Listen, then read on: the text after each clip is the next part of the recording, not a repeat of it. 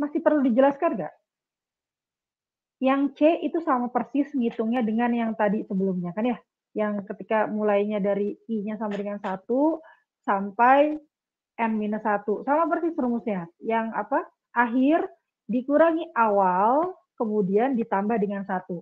Itu mengikuti formula yang S1 ini loh. Nih yang Pak, yang ini yang S1 nih, yang kanan atas. Ya, yang S1 itu kan lihat I sama dengan apa itu ya? L gitu. I sama dengan L, kemudian sampai U gitu ya. Terus tengah-tengahnya tuh 1, artinya setiap iterasi operasi yang dilakukannya itu cuma 1 kali.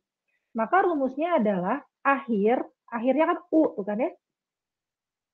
Ini ya, yang ini ya, saya lagi ngomongin yang ini ya. Akhir U dikurangi dengan L, awalnya kan L kan ya, karena I-nya sama dengan isinya L, kemudian ditambah 1 gitu.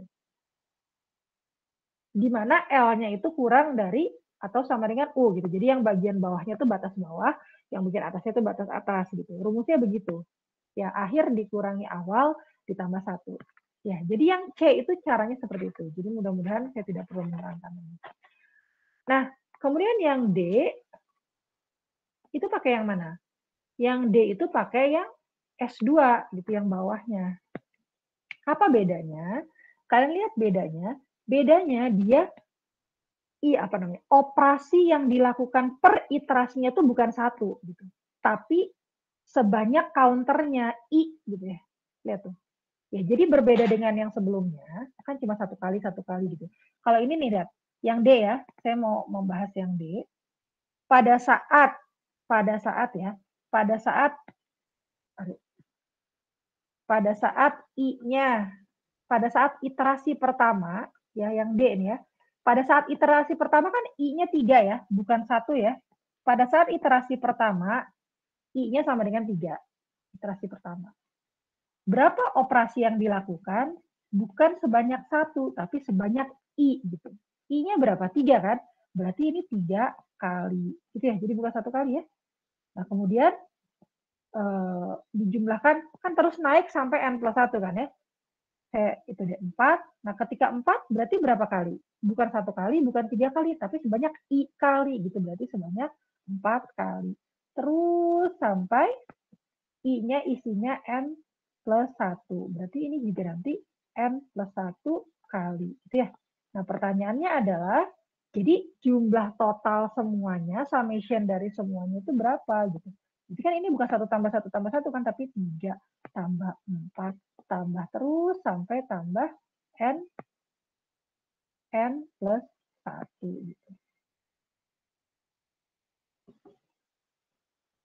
Nah, kan kita nggak tahu ya berapa ya 3 tambah 4.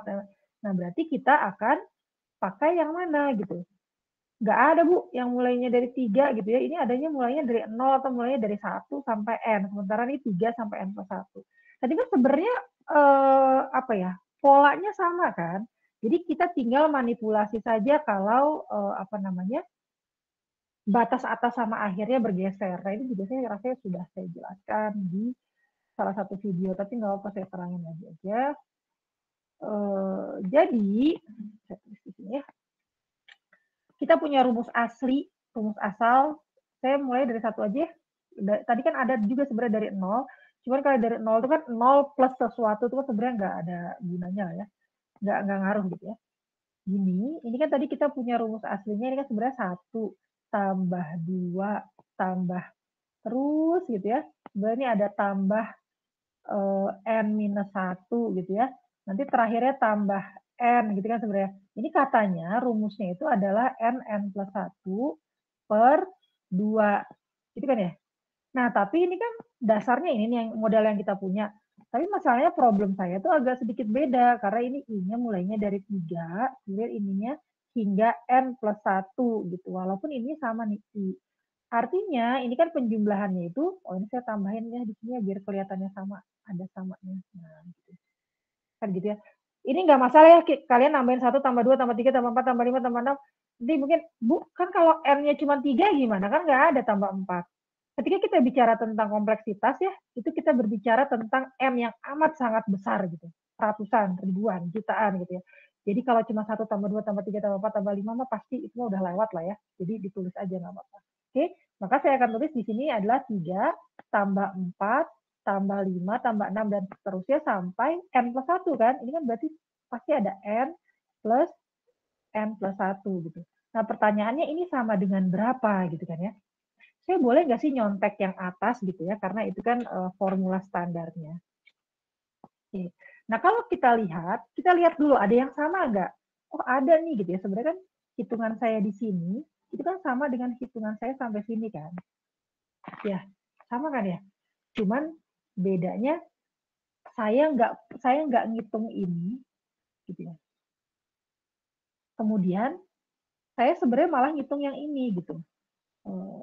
Kasih warna hijau. Saya malah ngitung yang ini gitu. Jadi gimana dong? Jadi ya nggak apa-apa, saya contek aja. N plus 1 per 2 gitu ya. Ini rumusnya saya contek. Kemudian, karena saya tidak menghitung yang merah nih, berarti harus saya kurangin kan? Karena kalau enggak nanti ini jadi kebanyakan gitu. Karena saya nggak ada 1 plus 2 gitu. Jadi dikurangi 3, gitu ya. Karena saya tidak ada itu.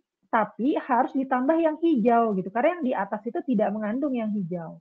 Berarti ditambah N plus 1 gitu.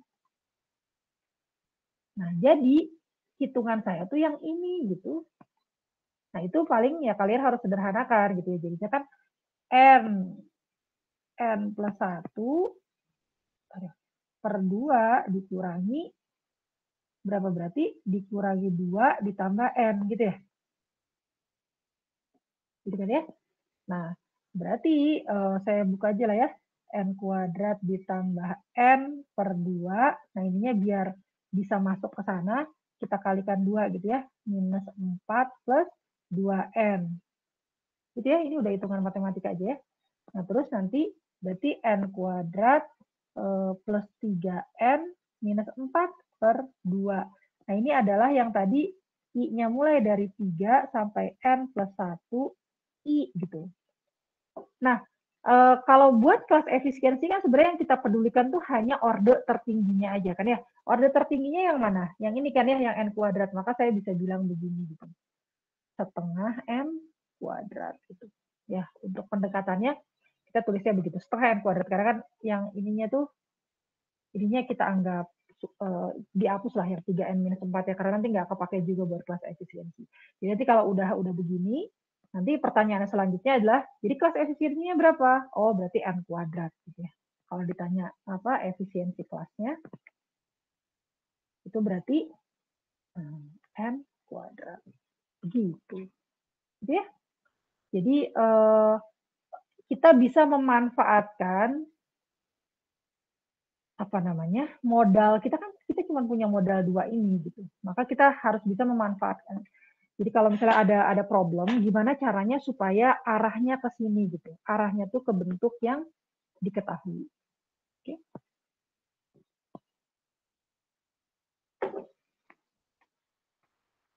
Sampai sini ada pertanyaan?